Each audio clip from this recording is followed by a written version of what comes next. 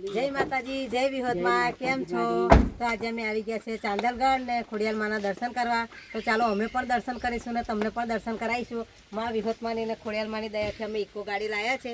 તો ઇકો ગાડી લઈને બધી જ ફેમિલી સાથે દર્શન કરવા આવ્યા છે. તો ચાલો કરીએ માતાજીના દર્શન.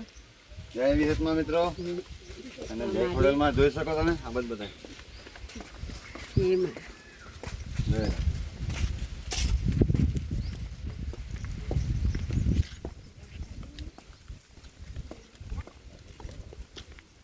તો મિત્રો હવે અમે મંદિર તરફ જઈ રહ્યા છીએ માં ખોડિયાલ માના દર્શન કરવા. તો તમે જોઈ શકો છો અહીંયા માતાજીમાં સાક્ષાત બિરાજમાન છે અને તમે જે કોઈ માનતા માનો છો તે તમારી માનતા પરિપૂર્ણ થાય છે અને ખોડિયાલમાં સાક્ષાત છે. અહીંયા તમે આવો તો તમને બહુ આનંદ મળે છે.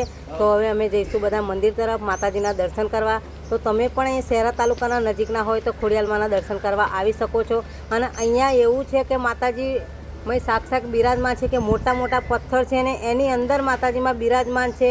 તો અહીંયા દર્શન કરીએ તો આપણને અતિ આનંદ થાય છે. તો તમે પણ એકવાર જરૂરથી ખોડિયાલ માના દર્શન કરવા આવજો.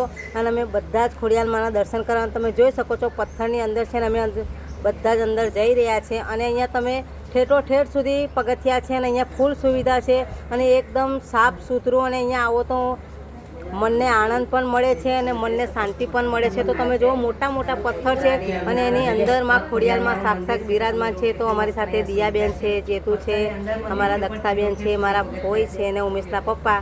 અમે બધા જ લોકો માતાજીના દર્શન કરવાયા છે અને નીચેથી લગાવીને ઉપર સુધી પગથિયા આપેલા છે.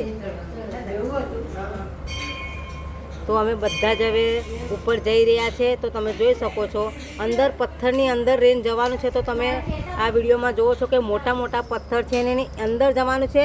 અને જે જગ્યાએ મોટા પથ્થર છે એની અંદર એક ગોયરું છે અને એની અંદર પગથિયા આપેલા પણ આપણે બેસીને જવાનું. અહીંયા ખોડિયાલમાંના દર્શન કરીએ તો મનને એકદમ શાંતિ મળશે. તો તમે જોઈ લો અમે બધા જ માતાજીના દર્શન કરવા જઈ રહ્યા છીએ અને અંદર માતાજીની જોત 24 કલાક માતાજીની જોત ચાલુ રહેશે અને જોતના પણ આપણે માતાજીના દર્શન કરો. તમે પણ દર્શન કરો અને ખોડિયાલમાંનું નામ કોમેન્ટમાં લખજો અને ખોડિયાલમાંના દર્શનનો લાભ લો.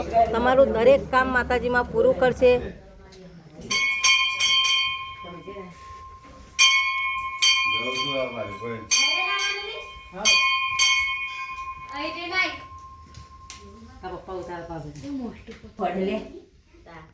અમાર સંવાદ કરતા હે જોઈ જ નતો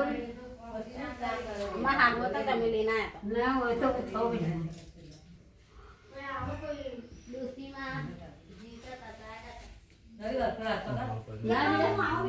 હું આવો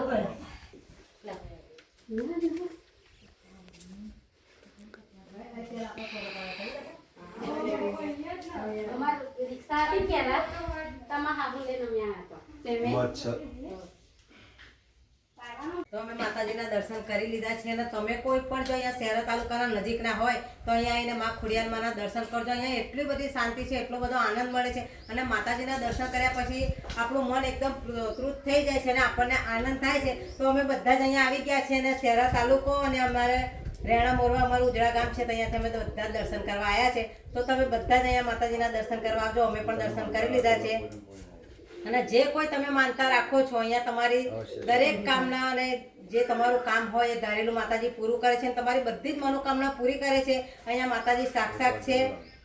તો અહીંયા કહેવાય છે કે જે 5 રવિવાર ભરવાનું રાખે છે ને દર રવિવારે 5 રવિવાર અહીંયા ભરો ને તમે ખોડિયાલમાંના તો તમારા દરેક ધાર્યા કામ થાય છે ને બધું જ માતાજી તમારી મનોકામના પૂરી કરે છે. તો અમે અહીંયા ગાડી લાવ્યા છે. તો પહેલાં ખોડિયાલમાંના દર્શન કરવા આવ્યા છે અને અમે માતાજીના દર્શન કરી લીધા છે અને હવે નીચેનો જે નજારો છે એ પણ તમને બતાવીશું. તો ચાલો જઈએ હવે નીચે. તો અહીંયા પણ માતાજીનું મંદિર છે, ત્યાંના પણ આપણે દર્શન કરી દઈશું.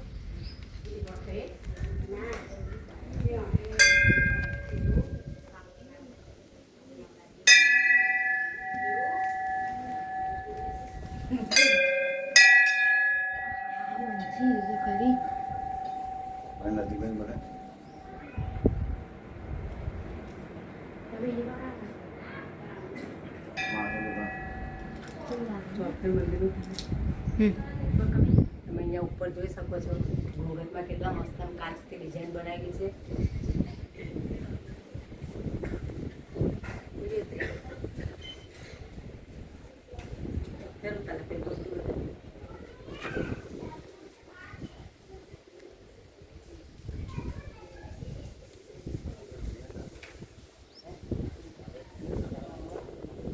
તો મિત્રો અમને તો અહીંયા આવીને ખૂબ મજા આવી, ખૂબ આનંદ આવ્યો.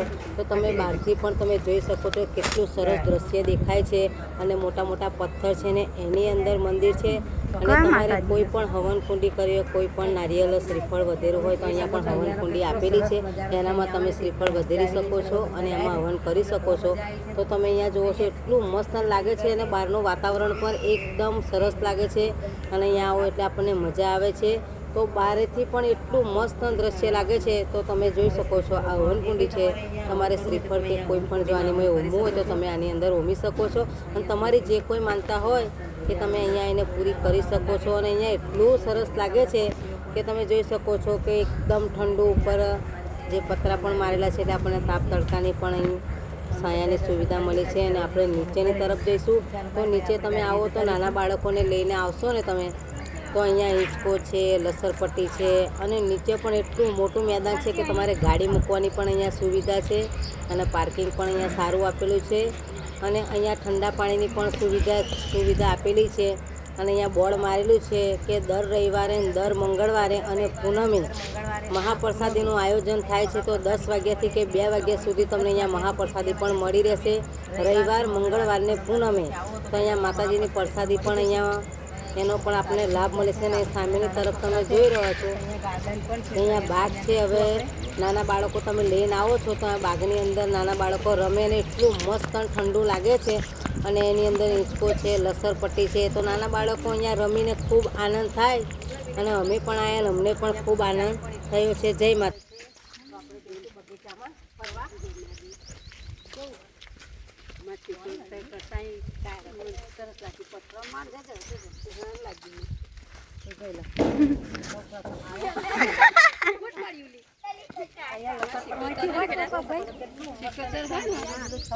સરસ લાગે છે બગીચામાં.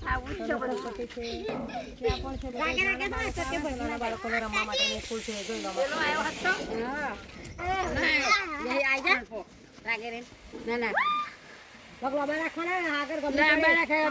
બંસીબેન ને ઉમેશના પપ્પા હિંચકો ગાય છે. તમે જોઈ શકો છો અહીંયા હિંચકાની સુવિધા પણ આ હિંચકો તૂટી ગયેલો છે. તો અમારા પપ્પા ને બંસીબેન હિંચકો ગાય છે. જોઈ શકો છો સારું છે પણ અત્યારે અમે પાણી મૂકેલું છે. મમ્મી આવાજ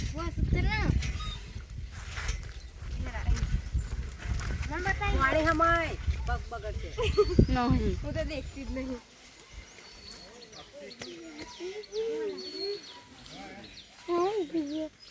તો મિત્રો અમને તો માતાજીના દર્શન કરીને ખૂબ મજા આવી.